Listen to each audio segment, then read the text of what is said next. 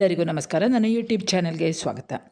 ಇಂದಿನ ವಿಡಿಯೋದಲ್ಲಿ ನಾನು ಲಕ್ಷ್ಮೀಶ ಕವಿ ಬರೆದಂತಹ ಮುಳ್ಳಿಡಿದ ಮರವೇರಿದಂತಾದುದು ಅನ್ನುವಂತಹ ಕಾವ್ಯ ಭಾಗದ ಪ್ರಶ್ನೋತ್ತರವನ್ನು ಹಾಕ್ತಾ ಇದ್ದೇನೆ ವಿದ್ಯಾರ್ಥಿಗಳೇ. ಕನ್ನಡದ ಪ್ರಮುಖ ಕವಿಗಳಲ್ಲಿ ಒಬ್ಬನಾದಂತಹ ಲಕ್ಷ್ಮೀಶ ಕವಿಚೂತವನ ಚೈತ್ರ, ಉಪಮಾಲೋಲ, ನಾದಲೋಲ ಎನ್ನುವಂತಹ ಬಿರುದುಗಳಿಂದ ಸುಪ್ರಸಿದ್ಧವಾಗಿರುವಂತಹ ಕವಿ. ಈತನ ಕಾಲ ಕ್ರಿಸ್ತಶಕ ಸುಮಾರು 1530. ಚಿಕ್ಕಮಗಳೂರು ಜಿಲ್ಲೆಯ ಕಡೂರು ತಾಲೂಕಿನ ದೇವನೂರು ಕವಿ ಲಕ್ಷ್ಮೀಶನ ಜನ್ಮಸ್ಥಳವಾಗಿದೆ. ಈತ ಬರೆದಂತಹ ಕೃತಿಗಳು ಜೈಮಿನಿ ಭಾರತ, ಕವಿ ಲಕ್ಷ್ಮೀಶನ ಏಕೈಕ ಕಾವ್ಯ, ಶ್ರೇಷ್ಠ ವಾರ್ಧಕ ಷಟ್ಪದಿ ಕಾವ್ಯ, ಸಂಸ್ಕೃತ ಜೈಮಿನಿ ಮುನಿಯ ಭಾರತವೇ ಲಕ್ಷ್ಮೀಶನ ಜೈಮಿನಿ ಭಾರತಕ್ಕೆ ಮೂಲ ಆಕಾರ. ಕನ್ನಡದ ಜೈಮಿನಿ ಭಾರತ ಎಂತಲೂ ಕೂಡ ಲಕ್ಷ್ಮೀಶನ ಕಾವ್ಯ ಸುಪ್ರಸಿದ್ಧವಾಗಿದೆ. ಈಗ ಮೊದಲ ಪ್ರಶ್ನೆ ನೋಡೋಣ. 8 ಅಂಕದ ಮೊದಲ ಪ್ರಶ್ನೆ. ವಿದ್ಯಾರ್ಥಿಗಳೇ, ನೀವು ನನ್ನ ಚಾನೆಲ್ಗೆ ಹೊಸಬರಾಗಿದ್ದಲ್ಲಿ ಸಬ್ಸ್ಕ್ರೈಬ್ ಮಾಡೋದನ್ನು ಮರೆಯದಿರಿ. ಹಾಗೆ ಒಂದು ಲೈಕ್ ಕೊಡಿ, ಹಾಗೆ ಒಂದು ಕಮೆಂಟ್ ಮಾಡಿ ಮತ್ತು ನಿಮ್ಮ ಸ್ನೇಹಿತರಿಗೂ ಕೂಡ ಶೇರ್ ಮಾಡಿ. ನಾನು ಉಡುಪಿ ಜಿಲ್ಲೆಯಿಂದ ವಸಂತಿ ಅಂಬಲ್ಪಾಡಿ. 8 ಅಂಕದ ಪ್ರಶ್ನೆಗಳನ್ನು ಗಮನಿಸೋಣ ವಿದ್ಯಾರ್ಥಿಗಳೇ. ಮೊದಲ ಪ್ರಶ್ನೆ, ಉದ್ದಾಲಕ ಹಾಗೂ ಚಂಡಿಯ ಸಂಸಾರದ ಚಿತ್ರಣವನ್ನು ಲಕ್ಷ್ಮೀಶ ಕವಿಯು ಹೇಗೆ ಚಿತ್ರಿಸಿರುತ್ತಾನೆ? ಉತ್ತರ ನೋಡಿ. ಉದ್ದಾಲಕ ಹಾಗೂ ಚಂಡಿಯರು ಇಬ್ಬರೂ ಕೂಡ ವಿರುದ್ಧ ಸ್ವಭಾವದವರು. ಚಂಡಿ ಹೆಸರಿಗೆ ತಕ್ಕಂತೆ ಉದ್ದಾಲಕ ಹೇಳಿದ್ದಕ್ಕೆಲ್ಲ ವಿರುದ್ಧವಾಗಿಯೇ ನಡೆಯುವಂಥ ಚಂಡಿ ಸ್ವಭಾವದವಳು. ಚಂಡಿ ಅಂದರೆ ಹಠ ಅಂತ ಅರ್ಥ. ಉದ್ದಾಲಕ ಆಲಸ್ಯ ತೋರದೆ ಕಾಲಕಾಲದಲ್ಲಿ ಜಪ, ಅನುಷ್ಠಾನ, ಪೂಜೆಗಳ ಪರಿಚರ್ಯೆಯನ್ನು ಮಾಡುತ್ತಾ ಮನೆಗೆಲಸ ಮಾಡಿಕೊಂಡಿರಬೇಕು ಅಂತ ಚಂಡಿಗೆ ಹೇಳ್ತಾನೆ. ಆದರೆ ಚಂಡಿಯ ಸ್ವಭಾವ ಬಹಳ ವಿರುದ್ಧ ಸ್ವಭಾವ, ಏನಿದ್ರೂ ಕೂಡ ವ್ಯತಿರಿಕ್ತವಾದಂತಹ ಸ್ವಭಾವ. ಹೀಗೆ ಗಂಡ ಹೇಳಿದಂತಹ ಮಾತಿಗೆ ವಿಪರೀತವಾಗಿ ಅವಳು ಹೀಗೆ ಹೇಳ್ತಾಳೆ, ನಾನು ನಿನ್ನ ಮಾತನ್ನು ಕೇಳುತ್ತೇನೆ ಎಂದು ಎಳ್ಳಷ್ಟು ಎಣಿಸಬೇಡ. ನಾನು ಪರಿಚರ್ಯೆ ಮನೆಗೆಲಸದ ಗೊಡವೆಯವಳಲ್ಲ. ನೀನು ಹೇಳಿದ್ದನ್ನು ಒಂದನ್ನು ನಾನು ಮಾಡುವುದಿಲ್ಲ ಎಂದು ತನ್ನ ಸ್ಪಷ್ಟ ನಿರ್ಧಾರವನ್ನು ಹೇಳುತ್ತಾಳೆ. ಹೊಸದಾಗಿ ಮದುವೆಯಾದಂತಹ ಉದ್ದಾಲಕನಿಗೆ ಈಕೆಯ ಮಾತನ್ನು ಕೇಳಿ ತನ್ನ ಸಂಸಾರ ಮುಳ್ಳಿನ ಮರ ಏರಿದಂತಾಯಿತು. ತಾನು ಯಾವುದೋ ಒಂದು ನಯವಾದಂಥ ಮರವನ್ನು ಹತ್ತುತ್ತಾ ಇದ್ದೇನೆ ಅಂತ ತಿಳ್ಕೊಂಡಿದ್ದಂತಹ ತನಗೆ ಮುಳ್ಳಿನ ಮರವೇ ಸಿಕ್ಕಿತಲ್ಲ. ಮುಳ್ಳಿನ ಮರವನ್ನು ಏರುವುದಂದರೆ ಬಹಳ ಕಷ್ಟ. ಹೀಗೆ ತನ್ನ ಸಂಸಾರ ಮುಳ್ಳಿನ ಮರ ಏರಿದಂತಾಯಿತು. ಇನ್ನು ಮುಂದೆ ಇಹ ಪರಗಳು ಒಳಿತಾಗಲಾರವು. ನಾನು ಮಾಡ್ತಾ ಇರುವಂತಹ ತಪಸ್ಸು ಅದು ಹಾನಿಗೊಂಡಿತು. ಪಕ್ಕೆಯಲ್ಲಿ ಕೋಲು ಮುರಿದಂತೆ ಈತ ಪ್ರತಿದಿನವೂ ಚಿಂತಿಸತೊಡಗುತ್ತಾನೆ. ಹೀಗಿರಲು ಒಂದು ದಿನ ಉದ್ದಾಲಕನ ಮನೆಗೆ ಬಂದಂತಹ ಕೌಂಡಿನ್ಯ ಮುನಿ ಉದ್ದಾಲಕನ ಚಿಂತೆಗೆ ಕಾರಣವನ್ನು ಕೇಳುತ್ತಾನೆ.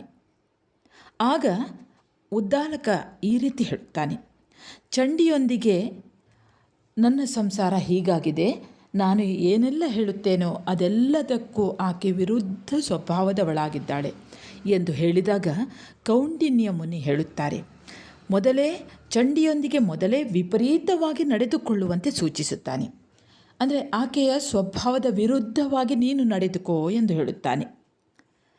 ಆಗ ಉದ್ದಾಲಕ ಅದನ್ನು ಒಪ್ಪಿಕೊಳ್ತಾನೆ. ಹೀಗೆ ಆಕೆಯೊಂದಿಗೆ ಜೀವನವನ್ನು ನಡೆಸ್ತಾನೆ.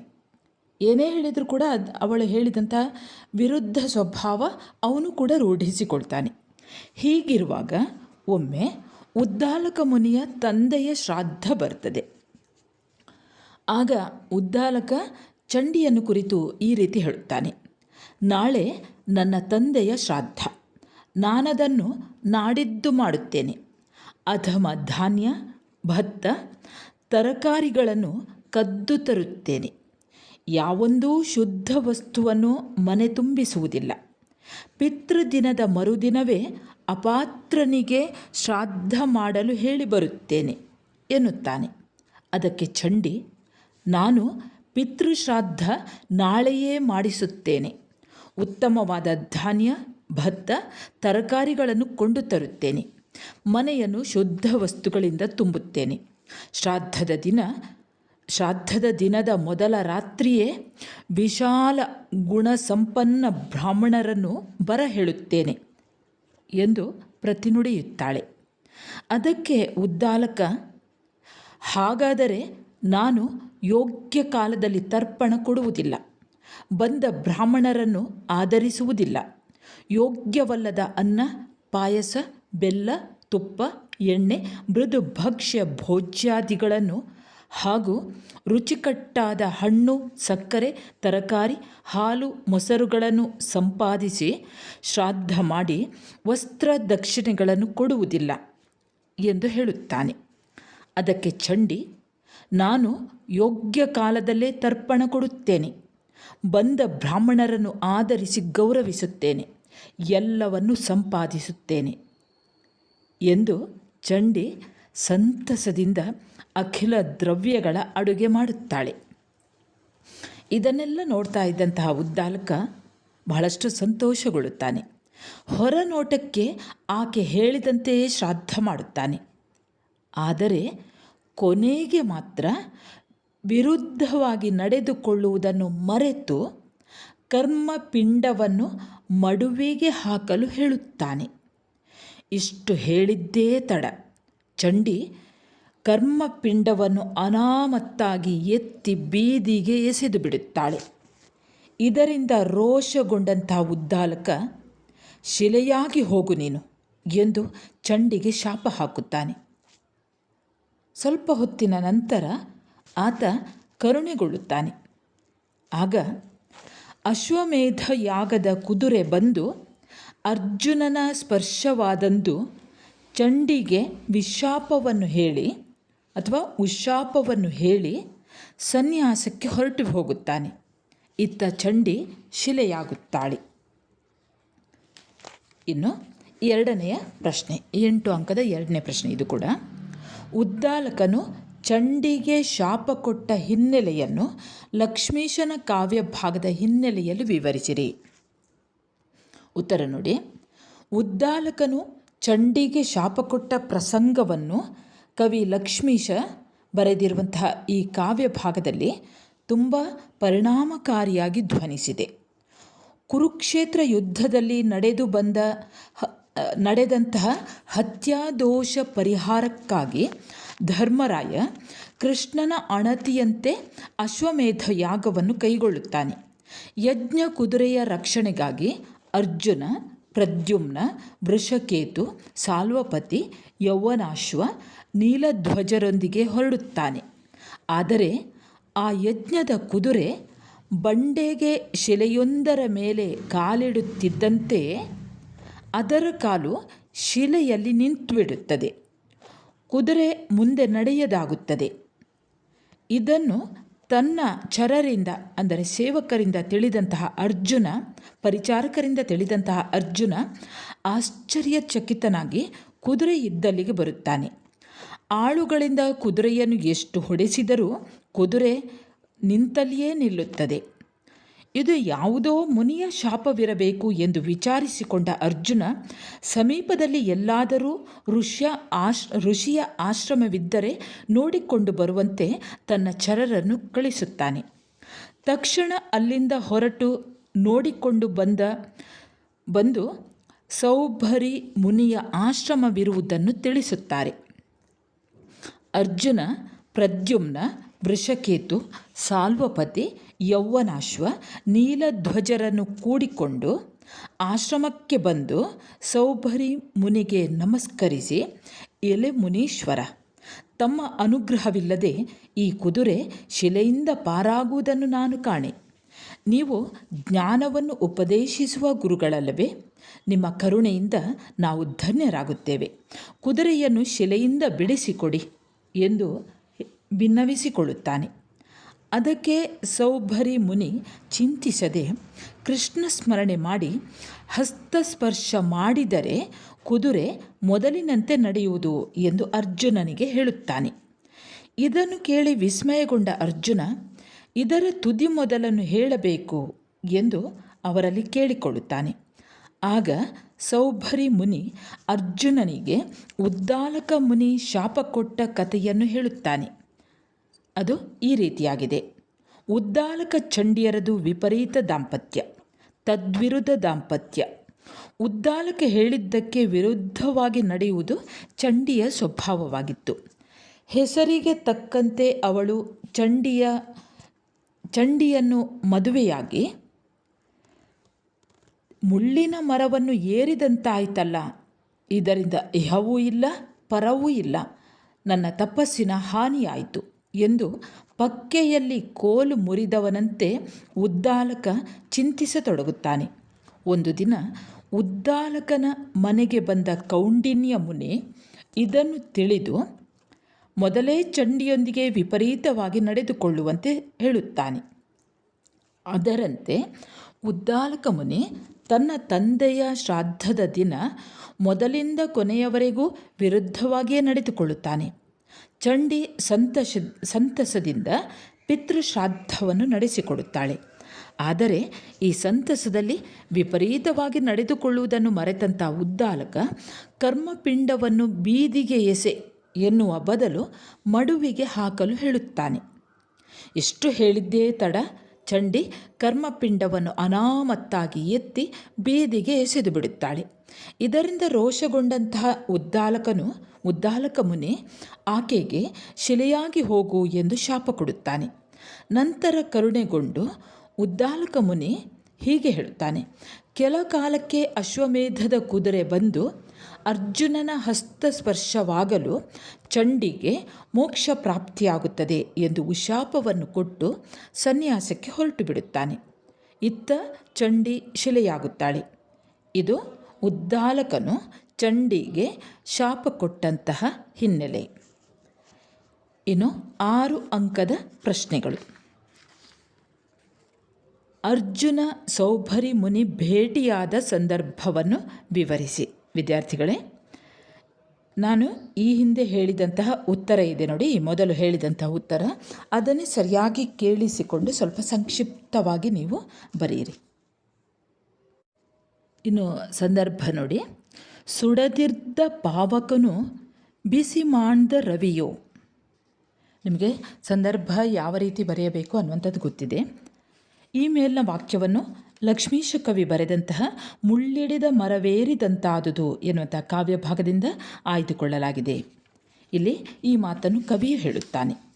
ಸೌಭರಿ ಮುನಿ ತನ್ನ ಆಶ್ರಮದಲ್ಲಿ ಸುಡದ ಬೆಂಕಿಯಂತೆ, ಸುಡದ ರವಿಯಂತೆ, ತಂಪಿಲ್ಲದ ಚಂದ್ರನಂತೆ, ವಿಷಕಂಠ ಶಿವನಂತೆ, ಧೂಳು ಮೆತ್ತದ ಸೂರ್ಯನಂತೆ, ಹಾವಿನ ಹಾಸಿಗೆ ಇಲ್ಲದ ವಿಷ್ಣುವಿನಂತೆ, ಕಡು ತೇಜಸ್ವಿಯಂತೆ, ಶಾಂತಿ ನಿರಾಕಾರಗಳ ಒಡಲಿನ ಹಾಗೆ ಕುಳಿತಿದ್ದನು. ಈ ಮುನಿಯನ್ನು ವಿವರಿಸುವಂತಹ ಇಂತಹ ಮುನಿಯನ್ನು ಅರ್ಜುನ ಬಂದು ಕಾಣುತ್ತಾನೆ. ಈ ಸಂದರ್ಭವನ್ನು ವಿವರಿಸುವಾಗ ಕವಿ ಈ ಮೇಲಿನಂತೆ ಹೇಳುತ್ತಾನೆ. ಇನ್ನು ಎರಡನೆಯದು, ಇದರಲ್ಲಿ 2 ಸಂದರ್ಭಗಳು ಇವೆ, ಒಂದೇ ರೀತಿಯ ಉತ್ತರವನ್ನು ಬಯಸ್ತವೆ ನೋಡಿ. ಜಗದೊಳ್ ಕೊಲ್ವರಾರ್ ಕಾವರಾರ್ ಬಲ್ಲೊಡಿಸಿರು ಅಥವಾ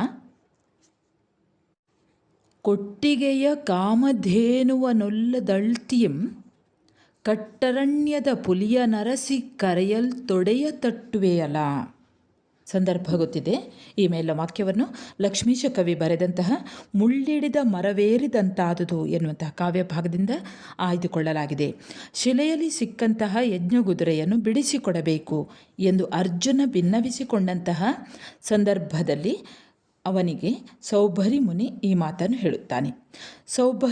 ಸೌಭರಿ ಮುನಿಯ ಅನುಗ್ರಹವಿಲ್ಲದೆ ಶಿಲೆಯಲ್ಲಿ ಸಿಕ್ಕಿಕೊಂಡ ಕುದುರೆಯನ್ನು ಬಿಡುಗಡೆಯಾಗಲಾರದು ಎಂಬುದು ಅರ್ಜುನನ ನಿಲುವು.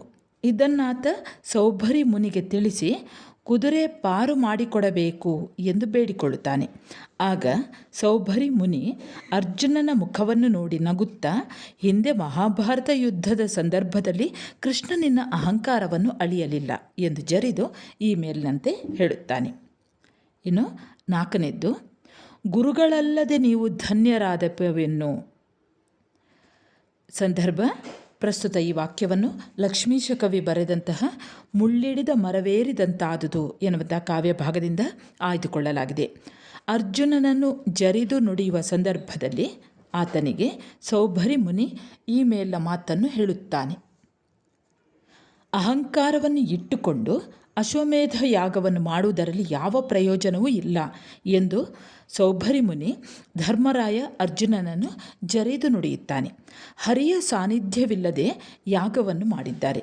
ಈ ಯಾಗ ಏನು ಮಾಡಬಲ್ಲುದು? ಅರ್ಜುನ, ನಿನಗೆ ಅರಿವಿಲ್ಲ. ಧರ್ಮರಾಯನು ಬುದ್ಧಿಗೆಟ್ಟನೇನು, ವ್ಯರ್ಥ ತೊಂದರೆಯನ್ನು ಅನುಭವಿಸುತ್ತಿರುವಿರಿ ಎಂದು ಜರೆದು ನುಡಿಯುವಂತಹ ಸಂದರ್ಭದಲ್ಲಿ ಈ ಮೇಲಿನ ಮಾತನ್ನು ಹೇಳುತ್ತಾರೆ. ಐದನೇ ಸಂದರ್ಭ ಈಗ. ಪರಿಚರ್ಯೆ ಮನೆವಾಳ್ತೆ ಎಂದೆಂಬ ತಳ್ಳಿಯವಳಲ್ಲ. ಈ ಸಂದರ್ಭ ನೋಡಿ. ಈ ಮೇಲಿನ ವಾಕ್ಯವನ್ನು ಲಕ್ಷ್ಮೀಶನ ಮುಳ್ಳಿಡಿದ ಮರವೇರಿದಂತಾದುದು ಎನ್ನುವಂತಹ ಕಾವ್ಯ ಭಾಗದಿಂದ ಆರಿಸಿಕೊಳ್ಳಲಾಗಿದೆ.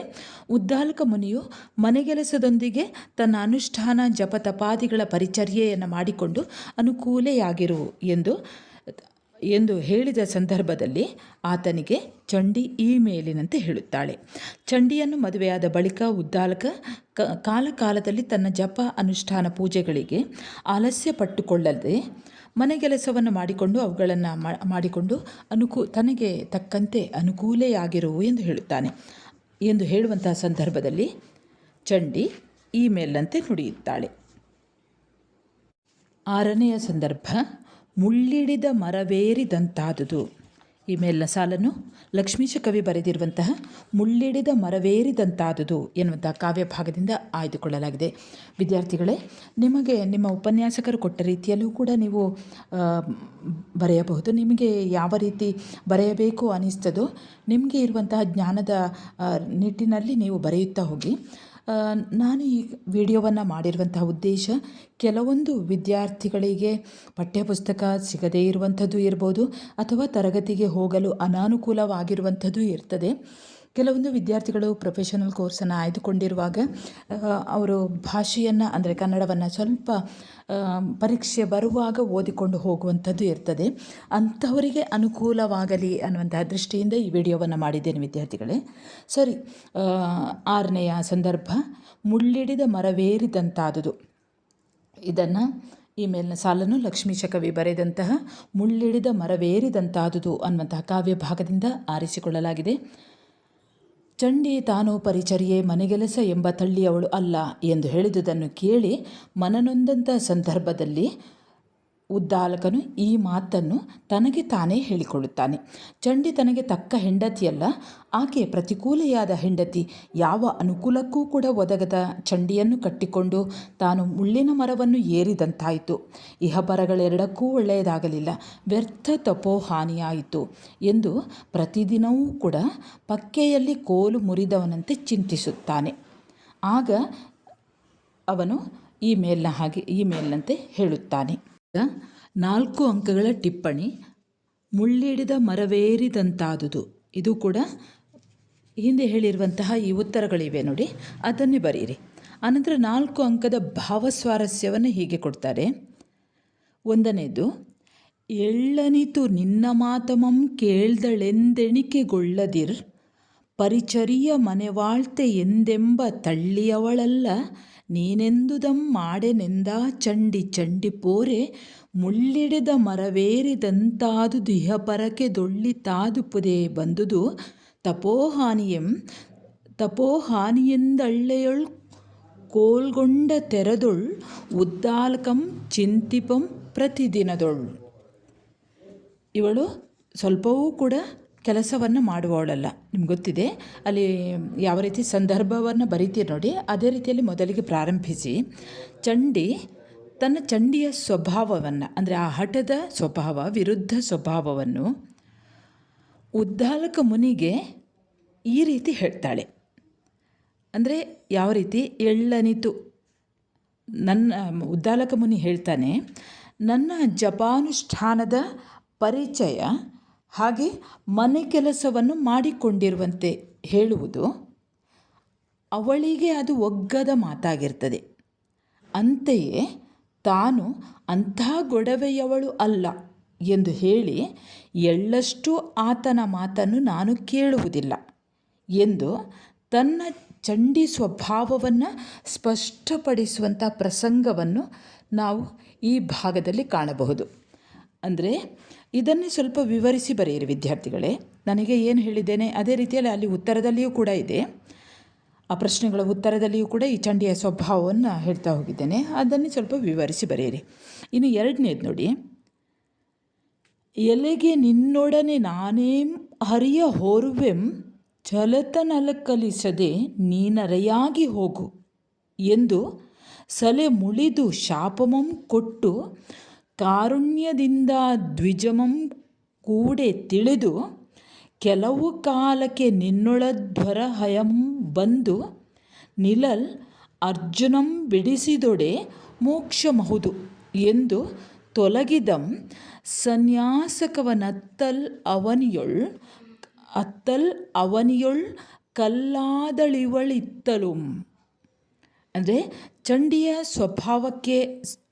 ಸ್ವಭಾವಕ್ಕೆ ತಕ್ಕಂತೆ ಉದ್ದಾಲಕನು ಶಾಪ ಮತ್ತು ಉಶಾಪವನ್ನು ಅಥವಾ ವಿಶಾಪವನ್ನು ಕೊಡುವಂಥ ಪ್ರಸಂಗವೇ ಈ ಒಂದು ಈ ಪದ್ಯದ ಭಾವಸ್ವಾರಸ್ಯ.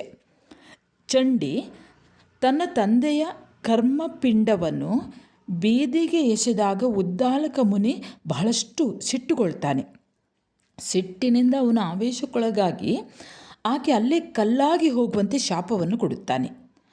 ಆದರೆ ಮರುಕ್ಷಣವೇ ಆಕೆಯ ಮೇಲೆ ಕರುಣೆಗೊಳ್ಳುತ್ತಾನೆ. ಅಶ್ವಮೇಧ ಯಾಗದ ಕುದುರೆ ಬಂದು ಅರ್ಜುನನ ಹಸ್ತಸ್ಪರ್ಶವಾದಾಗ ನಿನಗೆ ಮೋಕ್ಷ ಪ್ರಾಪ್ತಿಯಾಗುತ್ತದೆ ಎಂದು ಒಂದು ವಿಶಾಪವನ್ನು ಕೂಡ ಕೊಡುತ್ತಾನೆ. ಇವೆಷ್ಟು ಭಾವಸ್ವಾರಸ್ಯ. ವಿದ್ಯಾರ್ಥಿಗಳೇ, ಮೊದಲೇ ಹೇಳಿದ ಹಾಗೆ ಇನ್ನಷ್ಟು ವಿಶಾಲವಾಗಿ ಇದನ್ನು ವಿವರಿಸ್ತಾ ಹೋಗ್ಬೋದು. ಅಂದರೆ ವಿಡಿಯೋದಲ್ಲಿ ಎಲ್ಲವನ್ನು ನಮಗೆ ವಿವರಿಸಲಿಕ್ಕೆ ಆಗೋದಿಲ್ಲ, ಸಮಯದ ಕೊರತೆ ಇರ್ತದೆ. ಹಾಗೆ ಇದನ್ನು ಅಪ್ಲೋಡ್ ಮಾಡುವಾಗ ತುಂಬ ಸಮಯ ಕೂಡ ತೆಗೆದುಕೊಳ್ತದೆ. ಹಾಗಾಗಿ ನಾನು ಸ್ವಲ್ಪ ಸಂಕ್ಷಿಪ್ತವಾಗಿ ಹೇಳ್ತೇನೆ. ಇನ್ನು 1 ಅಂಕದ ಪ್ರಶ್ನೋತ್ತರ ಗಮನಿಸಿ. ಪ್ರಸ್ತುತ ಕಾವ್ಯ ಭಾಗದ ಕರ್ತೃ ಯಾರು? ಉತ್ತರ ಲಕ್ಷ್ಮೀಶ. ಪ್ರಸ್ತುತ ಕಾವ್ಯ ಭಾಗದ ತಿರುಳು ಏನು? ಉತ್ತರ ಉದ್ದಾಲಕ ಚಂಡಿಯರ ವಿಷಮ ದಾಂಪತ್ಯ ಮತ್ತು ಅದರ ಪರಿಣಾಮವನ್ನು ತಿಳಿಸುವುದೇ ಕಾವ್ಯ ಭಾಗದ ಆಶಯ ಅಥವಾ ತಿರುಳು.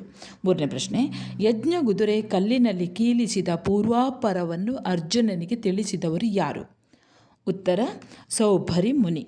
4ನೇ ಪ್ರಶ್ನೆ, ಯಜ್ಞಗುದುರೆ ಕಲ್ಲಿನಲ್ಲಿ ಕೀಲಿಸಲು ಕಾರಣವೇನು? ಉತ್ತರ ಉದ್ದಾಲಕ ಚಂಡಿಗೆ ಕೊಟ್ಟ ಶಾಪದಿಂದ ಯಜ್ಞಗುದುರೆ ಕಲ್ಲಿನಲ್ಲಿ ಕೀಲಿಸಲು ಕಾರಣ.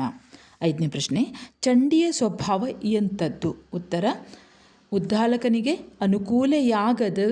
ಅನುಕೂಲೆಯಾಗದೇ ಇರುವಂಥದ್ದು ಚಂಡಿಯ ಸ್ವಭಾವ. 6ನೇ ಪ್ರಶ್ನೆ, ಉದ್ದಾಲಕನಿಗೆ ವಿಪರೀತವಾಗಿ ನಡೆಯಲು ಸೂಚಿಸಿದವರು ಯಾರು? ಉತ್ತರ ಕೌಂಡಿನ್ಯ ಮುನಿ. 7ನೇ ಪ್ರಶ್ನೆ, ಉದ್ದಾಲಕನಿಗೆ ಮುಳ್ಳಿನ ಮರವೇರಿದಂತಾದುದು ಏಕೆ? ಉತ್ತರ ಚಂಡಿಯನ್ನು ಮದುವೆಯಾದುದಕ್ಕೆ. 8ನೇ ಪ್ರಶ್ನೆ, ಉದ್ದಾಲಕ ರೋಷಭೀಷಣನಾದುದು ಏಕೆ? ಉತ್ತರ ಉದ್ದಾಲಕನು ಚಂಡಿ ಕರ್ಮಪಿಂಡವನ್ನು ಬೀದಿಗೆ ಎಸೆದುದಕ್ಕೆ ರೋಷಭೀಷಣನಾದನು. 9ನೇ ಪ್ರಶ್ನೆ, ಚಂಡಿಗೆ ಉದ್ದಾಲಕ ಕೊಟ್ಟ ಶಾಪವೇನು? ಉತ್ತರ ಶಿಲೆಯಾಗು ಎಂದು ಶಾಪ ಕೊಟ್ಟನು. 10ನೇ ಪ್ರಶ್ನೆ, ಚಂಡಿಗೆ ಉದ್ದಾಲಕ ಕೊಟ್ಟ ವಿಶಾಪವೇನು? ಉತ್ತರ ಚಂಡಿಗೆ ಉದ್ದಾಲಕ ಯಜ್ಞ ಕುದುರೆ ಬಂದು ಅರ್ಜುನನ ಹಸ್ತಸ್ಪರ್ಶವಾದಾಗ ಮುಕ್ತಿ ಪ್ರಾಪ್ತವಾಗುತ್ತದೆ ಎಂದು ವಿಶಾಪಿಸಿದನು. ಸರಿ ವಿದ್ಯಾರ್ಥಿಗಳೇ, ಇಲ್ಲಿಗೆ ಈ ಒಂದು ಕಾವ್ಯ ಭಾಗದ ಪ್ರಶ್ನೋತ್ತರ ಮುಕ್ತಾಯವಾಗ್ತದೆ. ಮುಳ್ಳಿಡಿದ ಮರವೇರಿದಂತಾದುದು ಅನ್ನುವಂತಹ ಲಕ್ಷ್ಮೀಶ ಕವಿಯ ಕಾವ್ಯ ಭಾಗ ಇಲ್ಲಿಗೆ ಮುಕ್ತಾಯವಾಗ್ತದೆ. ವಿದ್ಯಾರ್ಥಿಗಳೇ, ನಿಮ್ಮ ಪಠ್ಯಪುಸ್ತಕಕ್ಕೆ ಸಂಬಂಧಿಸಿದ ಹಾಗೆ ಅನೇಕ ವಿಡಿಯೋಗಳನ್ನು ಹಾಕಿದ್ದೇನೆ, ಅಲ್ಲಿಗೂ ಭೇಟಿ ನೀಡಿ. ಮುಂದೆ ಹೊಸ ವಿಷಯದೊಂದಿಗೆ ಮತ್ತೆ ಬರುತ್ತೇನೆ. ಅಲ್ಲಿಯವರೆಗೆ ನಮಸ್ಕಾರ.